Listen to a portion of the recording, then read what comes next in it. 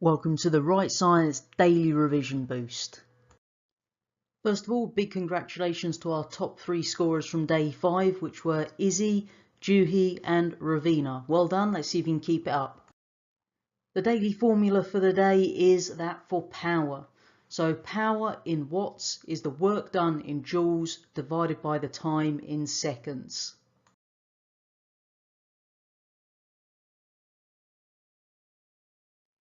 Today's Biology Blast is looking at the different processes that allow substances to move.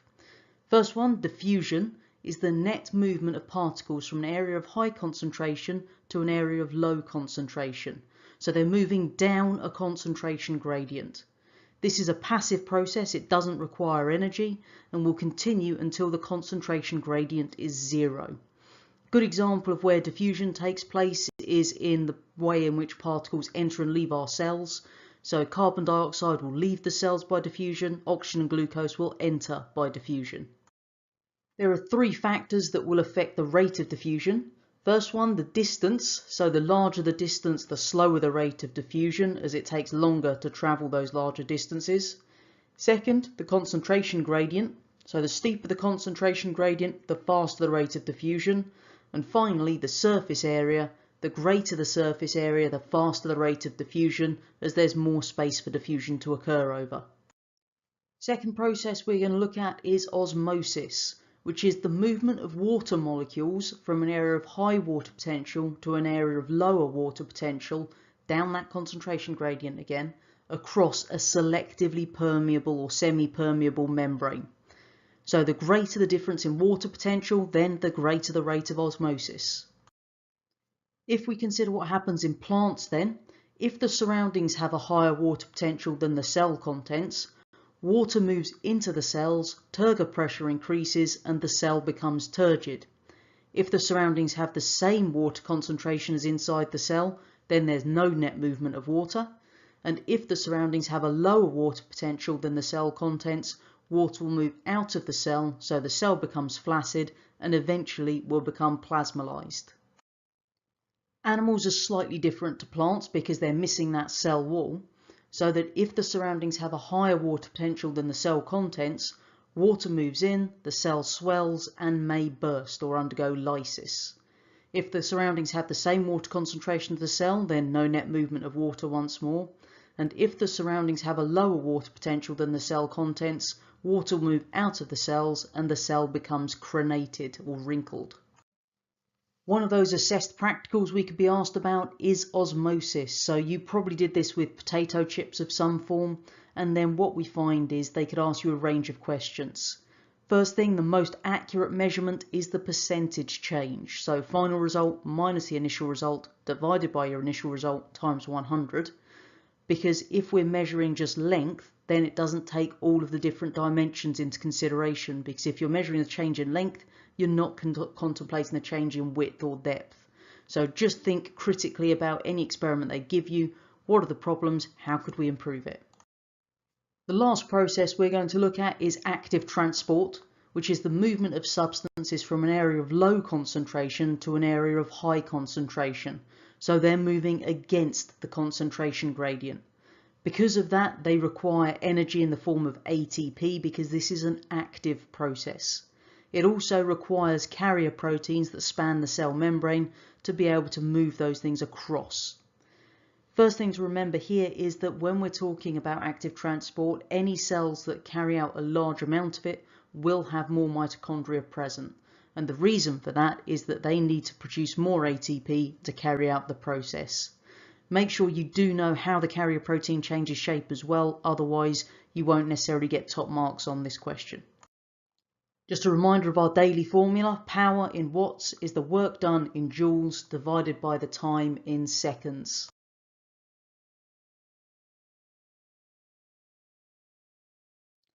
Today's chemistry check is about the properties of materials. First one we're going to have a look at are the different allotropes of carbon. So carbon is in group 4, which means it's got 4 electrons in its outer shell, and so it can form 4 covalent bonds, either with other carbon atoms or other elements. When we talk about an allotrope, that's the different form of an element in the same state but with different atomic arrangements. First allotrope of carbon is diamond. So this is a giant covalent structure where each carbon atom joins to 4 others. Because it's got so many covalent bonds, and covalent bonds are strong bonds, then it's got a high melting point and is hard. And the reason for that is we need lots of energy to break those bonds. Diamond does not conduct electricity though, as all of the electrons are being shared to form the covalent bonds, so there are no delocalized electrons. The second allotrope is graphite, another giant covalent structure, but the carbon atoms are bonded to 3 others. So the electron not used in bonding becomes delocalized. Graphite has a high melting point because we've still got many covalent bonds which require a lot of energy to be broken, but graphite is also slippery as the forces between the layers are weak and therefore easily overcome. Graphite will also conduct electricity because it does have that delocalized electron present. The third allotrope is graphene. Now this one resembles a single layer of graphite. It's extremely strong, it will conduct electricity because it has that delocalized electron and is almost transparent. The fourth allotrope are the fullerenes. So these are shaped like tubes or balls, and the most common one of these is the buckyball, which is made of 60 carbon atoms in a sphere shape. And what we find is that nanotubes can be used to reinforce tennis rackets because they're really strong, and buckyballs we can use as lubricants or drug delivery systems because we can cage the medication within the buckyball itself. We need to know what happens when substances change state. So when a substance changes from a solid to a liquid, some bonds will break. And when that substance changes from a liquid to a gas, all remaining bonds break. The stronger the bond and the more of them there are, then the greater the energy transferred from the surroundings to break them. And this obviously ties into the melting point because a substance with a high melting point has strong bonds and large numbers of them in the solid state. So it requires more energy in order to break them. If we consider the property of being brittle or malleable, then the reason that a material will either be brittle or malleable depends on how easily the particles can change their positions within the lattice. So with metals that have metallic bonds, then when we apply a large enough force, the metal ions slide over each other and they're able to move, so they bend. They are malleable.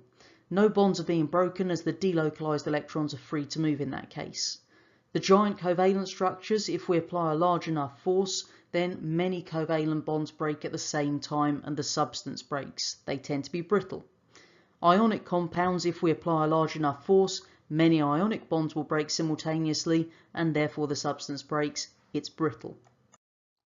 When considering the property of whether it conducts electricity, the key thing here is that it's got to have charged particles that are free to move. So metals will conduct in the solid or liquid state as delocalized electrons are free to move. Ionic compounds contain those charged particles, the ions, that are free to move when in the molten or dissolved states. Simple molecules, polymers and giant covalent structures will not conduct electricity because they have no delocalized electrons or ions that are free to move.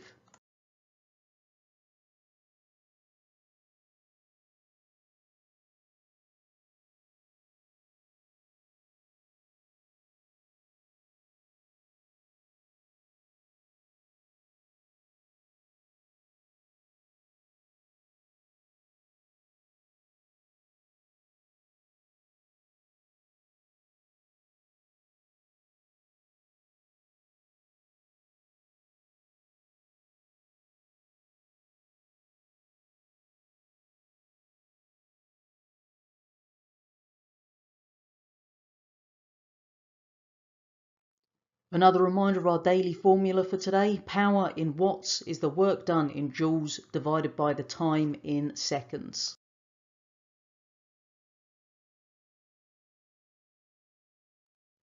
Today's physics prep, we're looking at the changes of state. So the first part is about density, and density depends upon the arrangement of the particles and the mass of the particles. One of those assessed practicals is how we measure density. So I've given you the setup in the bottom right there. We need an electronic balance to get the mass of our object. we need a ruler to work out the volume if it's a regular shape, or we can use a Eureka can and measuring cylinder if it's in irregular shape. When we're talking about the law of conservation of mass, that literally states that particles are neither created nor destroyed. So if you start with 1 kilogram of a material, you will end with 1 kilogram of a material when we change its state. When we're talking about temperature, this is how hot or cold something is. And we'll measure that with a thermometer or a temperature sensor, and the usual units are degrees Celsius or Kelvin. And what it does is it tells us about the average kinetic energy of our particles. If we're talking about energy in a thermal store, it will be measured in joules because it's energy, and this will depend on the arrangement of the particles and how fast they are moving. When we heat an object up, then it could lead to a change in the energy stored in the system to increase the temperature. It could produce a change of state, a physical change, or it could make a chemical reaction take place, so a chemical change. When we refer to the specific heat capacity of a material, that is the amount of energy needed to raise the temperature of 1 kilogram of a material by 1 degree Kelvin or 1 degree Celsius. Has the units joules per kilogram, degrees Kelvin or degrees Celsius. So the amount of energy needed to raise the temperature of an object will depend on the type of material, the mass of the material, and the temperature rise. And remember, with specific heat capacity, that's one of the equations on your data sheet. One of those assessed practicals they could ask you about is how to measure the specific heat capacity of a material. So remember, with this one, the setup is in the middle there. The key things here are look critically at how they've drawn the diagram. Is the heater completely covered? Does it have insulation around it? Does it have a lid on it? So think about any of those areas that could lead to errors and then pick those out as reasons for the inaccuracies and then just suggest how we could solve them. Completely submerge the heater, stir it to ensure the heat is distributed equally, have insulation around it or a lid on it to prevent the energy loss. We do need to remember those names for the processes that change our states. So if we're going from a solid to a liquid, it's melting. Liquid to a solid is solidifying or freezing. Liquid to a gas is vaporizing. Gas to a liquid, condensing. Gas to a solid, depositing. And solid to a gas, subliming. You need to be able to interpret one of these graphs. And remember, the key thing here is that wherever we get that plateau, that horizontal line, then that's where the internal energy is increasing, but it's being used for breaking the intermolecular forces between the molecules, so the temperature will remain the same. When we're talking about the specific latent heat, there are two types. Specific latent heat of fusion, which is the energy transferred when 1 kilogram of a substance changes from the solid state to the liquid state or vice versa. And the specific latent heat is vaporization, which is where the energy transferred when 1 kilogram of a substance changes from the liquid state to the gas state or vice versa.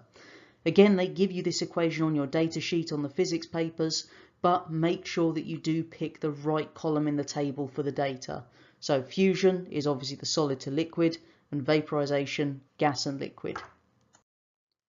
And the final reminder of our daily formula, power in watts is the work done in joules divided by the time in seconds.